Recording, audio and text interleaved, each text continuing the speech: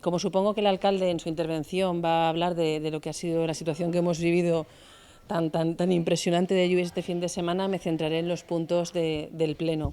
Y quería hablar principalmente de tres. Por una parte, uno muy positivo, que ha sido la felicitación de todos los partidos políticos, de toda la corporación municipal, a una mujer, a una escritora nuestra, a Mar Venegas, y bueno, eso ha sido, creo que es algo que hay que poner en valor siempre. Y luego recalcar, hemos tenido puntos muy importantes de urbanismo, puntos que nos afectan y que son importantes y muy positivos también, pero recalcaría dos de servicios sociales que desde aquí quiero agradecer la gran labor que han hecho para que tanto el servicio de asistencia domiciliaria como el catering sean mejorados y puestos más al servicio de nuestros mayores. Es una situación que se agrava, que la gente que lo vive y lo necesita lo agradece muchísimo, y creo que esta nueva ordenanza del catering y del SAT es muy positiva. Yo invito a todo el mundo que por favor se pase por el edificio de la Botalla, que vaya a servicios sociales y se informe bien, porque tiene unas condiciones muy buenas tanto en servicios como en el tema económico. Bé, en el ple d'avui sobretot hem vist que ha estat marcat per les pluges, no? per el cap de setmana intens que hem tingut. Lamentablement Riba-roja ha tingut la veritat molta ploguda, ha hagut per metre quadrat vora 170 litres de pluja, i la veritat és que nosaltres el que hem vingut avui a dir sobretot era que si se podia tenir una línia d'ajudes per als nostres veïns a nivell local, no? Que el propi municipi crearà una línia d'ajudes per a tots els veïns afectats, als que des d'ací pues, bueno, animar-los, no? I que sabem que estan lluitant amb els diferents assegurances, i per a nosaltres pues, és important que tots els veïns estiguen resguardats, no? I per això hem portat aquesta línia d'ajudes, i ens ha paregut també curiós que en aquest tema se li ha oblidat a l'alcalde dir que els barrancs no estaven nets. De fet, no m'ha contestat a la pregunta de quan era l'última vegada que havia netejat els barrancs en Riba-roja. L'han obviat, i després també hem vist com una roda de camió que no sabem per què havia arribat allí, però estava taponant l'eixida de l'aigua que anava per el barranc, i lamentablement han vist afectats molts veïns per això. No? Res més, esperem que se mos conteste quant antes el quant de temps feia que no se netejaven els barrancs en el nostre poble, i res, en quant al ple, la veritat ha sigut un ple molt llarg i prou intens, però jo crec que en aquest cas el nostre grup ha sabut defendre molt bé totes les propostes, i res més. Bueno, avui hem fet el ple ordinari del mes de novembre, a meitat de novembre, però per circumstàncies de les festes i tot això, un ple on ha hagut prou de debat, s'han aprovat quasi totes les propostes. És cert que la que a nosaltres ens haurà agradat, que s'haurà aprovat per unanimitat, no s'ha aprovat, que era l'última moció que presentàvem totes les forces polítiques menys Vox, que és era una moció per lo del dia 25 de novembre, el dia contra la violència contra les dones, i la veritat és que se congratulem de que cada vegada n'hi hagin més partits, sobretot de dreta, que se sumen a aquesta lluita. El grup municipal de Compromís ha presentat una moció per a la defensa de la citricultura valenciana, dels nostres llauradors i llauradores. En febrer presentarem una per a evitar que entren les taronges de Sud-àfrica. Ara és per a evitar que entren en les condicions que entren les taronges de Turquia i d'Egipte. Entonces se recolza la moció, ara també s'ha recolzat la moció. Creguem que entre tots i totes hem de lluitar per a defensar els interessos dels nostres llauradors i llauradores, i per això és important per a nosaltres el recolzament de totes les forces del plenari. Encara que alguns pensen que són mocions a nivell estatal, però també afecten a veïns i veïnes del nostre municipi, i tota pedra fa paret, que diria m'abuelo. Però, en fi, després l'equip de govern, en concret l'alcalde, ens ha donat la informació de les pluges d'aquest cap de setmana, sobretot del dissabte, de totes les destrosses. Hem de dir que estem en termes relatius contents perquè no ha hagut ninguna pèrdua humana, però sí que les destrosses han sigut molt importants i des d'ací li diguem a l'equip de govern que si necessiten ajuda per a poder demanar les ajudes econòmiques per als nostres veïns i veïnes afectats, va tindre el recolzament del grup municipal de Compromís, com no podia ser d'una altra forma i com ho han vingut fent durant aquesta legislatura pel tema de la pandèmia. Gràcies. Bona nit a tots i a totes. Avui hem tingut el ple de novembre. Han hagut 23 propostes, aleshores en aquest temps que tenim m'agradaria centrar-me en 6 propostes que considero que han sigut molt interessants. En primer lloc, parlem del plan edificant, ha sigut una proposta de l'equip de govern que hem votat a favor.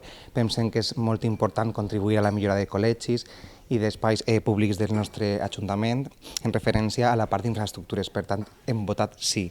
La segona proposta que també hem votat sí ha sigut a la finalització del Centre Polivalent Cultural. Pensem que és una reivindicació des de fa moltíssim temps de totes les persones del nostre poble. És un edifici que actualment està abandonat i, per tant, necessitem que sí que es finalitzi. Per tant, també hem votat sí a aquesta proposta per a poder això finalitzar, encara que no siga l'any que ve, que siga en els futurs 3 anys, però sí finalitzar per fi aquest edifici. Després, una tercera proposta que també m'agradaria ressaltar, també de l'equip de govern, és la implantació d'un espai per a les escoles oficials. Pense que molta gent jove i també molta gent major acudís a altres espais d'altres municipis a estudiar idiomes i, per tant, tindre-lo així en el nostre poble pense que és molt interessant i, per tant, també hem votat sí a aquesta proposta. La quarta proposta que m'agradaria ressaltar és la felicitació a Mar Venegas. Crec que és molt important aquesta felicitació perquè és una veïna del nostre poble i també s'han sumat tots els espais polítics i, per tant, crec que reivindicar-nos aquesta part, la seva trajectòria tant nacional com internacional, pensem que posar-ho en valor és molt interessant. Després, ressaltar una proposta que ha sigut per part de Ciutadans, una proposta que també hem votat sí, per la pobresa energètica en referència a les persones que estan en malalties cròniques.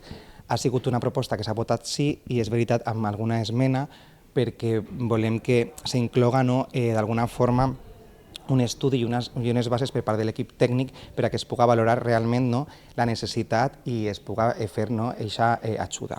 I finalment una proposta que s'ha presentat per part de tots els espais polítics excepte Vox del 25N, el dia contra l'eliminació de la violència masclista. Ha sigut una proposta que hem fet en comú. Crec que hi ha un bé comú que és acabar amb la violència masclista.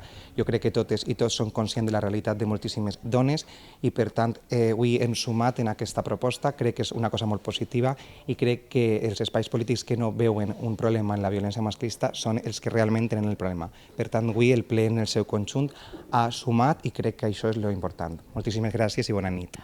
Hola, buenas noches. Acabamos de finalizar el pleno del mes de noviembre, pleno al que Podemos Ribarroja Puede. Hemos traído 2 mociones. La primera de ellas ha sido para conmemorar el 25 de noviembre.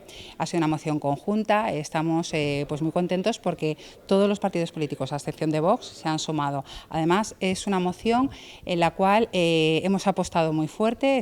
Le hemos agradecido, estamos muy agradecidos a la concejala y a la técnica del área de igualdad, porque se han hecho apuestas fuertes que otros partidos podían no asumir y nos han sorprendido gratamente y han asumido, como son los partidos de derechas. Por otro lado, hemos presentado una moción para la utilización y el fomento de software libre en nuestro ayuntamiento. Finalmente se ha aprobado y se ha acordado que se va a hacer un estudio desde el área de informática para ver en qué áreas sería viable utilizar este tipo de software. Con esto ahorraríamos en licencias que se están pagando desde las arcas municipales, con dinero de las arcas municipales, y contribuiríamos al acabar el monopolio que tienen muchas empresas estadounidenses que están obligando, por ejemplo, a los sistemas Android, a los teléfonos Android. Hace poco salió una sentencia de más de 4.000 millones de euros de multa. Entonces queremos, por un acceso democrático y un acceso para toda la ciudadanía, creemos que hay que fomentar y tenemos que hacer partícipes y difusión a otros municipios de que esto se puede realizar y empezar a hacer migración del software de código cerrado a software de código abierto. Buenas noches, muchas gracias. Muy buenas, ha acabado el pleno, pues ha sido un pleno que hemos visto por un lado muchos temas urbanísticos que tienen que pasar por pleno y bueno, pues nuestro voto en prácticamente todos ha sido la abstención, puesto que consideramos que son tareas propias del equipo de gobierno, de su día a día y es el que debe decidir y tomar las decisiones oportunas, tanto en temas administrativos como jurídicos. Para eso está ahí el tema de pues la gestión del propio gobierno del día a día. Luego hemos visto una solicitud que se va a presentar para instalar la Escuela Oficial de Idiomas en el pueblo.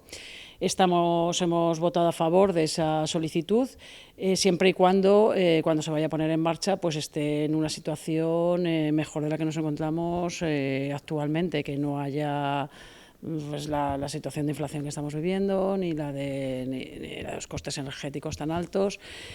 Si el tema económicamente pues a nuestras pymes y a nuestros vecinos funciona bien, pues adelante con la Escuela Oficial de Idioma, pero siempre preferimos dedicar los recursos del ayuntamiento a pymes y ayudar a las familias que a poner una escuela de idiomas que pues, se pueden acercar perfectamente en el metro a Valencia o a otras localidades, pero bueno, por eso de momento la solicitud está bien.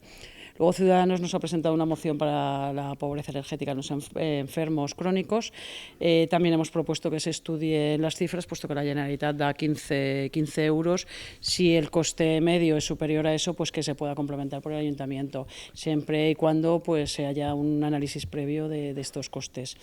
Y luego, como no, nos ha venido la moción del 25 de noviembre, como cada año, Día Internacional contra la Violencia de Género. He vuelto a repetir los mismos argumentos que he repetido en 4 ocasiones, que consideramos que la ley de violencia de género es una ley machista, no trata por igual al hombre que a la mujer y esto es anticonstitucional, y que Vox siempre lo que va a proponer es una ley de violencia intrafamiliar que proteja por igual a las víctimas, sean hombres, sean mujeres, sean niños o sean ancianos, y que castigue igualmente a los asesinos, sean hombres o sean mujeres.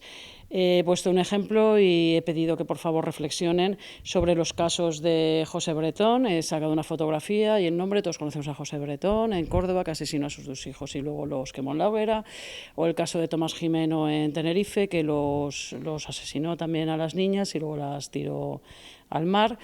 Pero sin embargo, hace tan solo 15 días en Gijón hay una mujer que mató a su hija dándole un cóctel mortal de ansiolíticos y otras drogas. No conocemos el nombre ni conocemos la cara. ¿Por qué? Porque es una mujer, eso es lo que quiere la ley de violencia de género.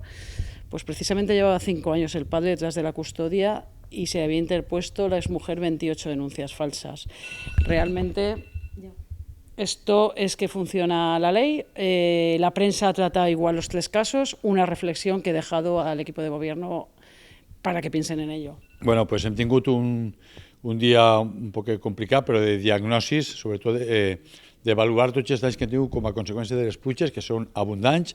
Primer que res, com sempre he dit, el més important, no hem tingut ninguna vida humana que lamentar, ningú percans important de persones, i el que estem avaluant és tots els danys materials que tenim a les vivendes, als carrers, als camins, a tots els llocs. En aquest sentit, estem treballant per a, bueno, ja ho ha dit en el ple també, per instar a declarar la zona catastròfica per a Riba-roja de Túria. També demà me diuen que la Conselleria va posar en marxa un decret per a ajudes, més una línia municipal que conjunt vam intentar pal·liar en el que puguem en ajudes tot el mal que ha fet aquesta pluja. Insistix, 170 litros per metre quadrat en 3 hores, que és una barbaritat. I en aquest sentit també recordar que hi ha un telèfon que encara que criden al principi no l'agafen, que insistisquen perquè és un telèfon que en principi el primer dia estarà col·lapsat, però que n'hi ha diversos dies per a que criden i atendre-los. En tot cas, si és alguna cosa urgent, a la policia local. Per últim, destacar que el ple és un ple on s'ha aprovat tot.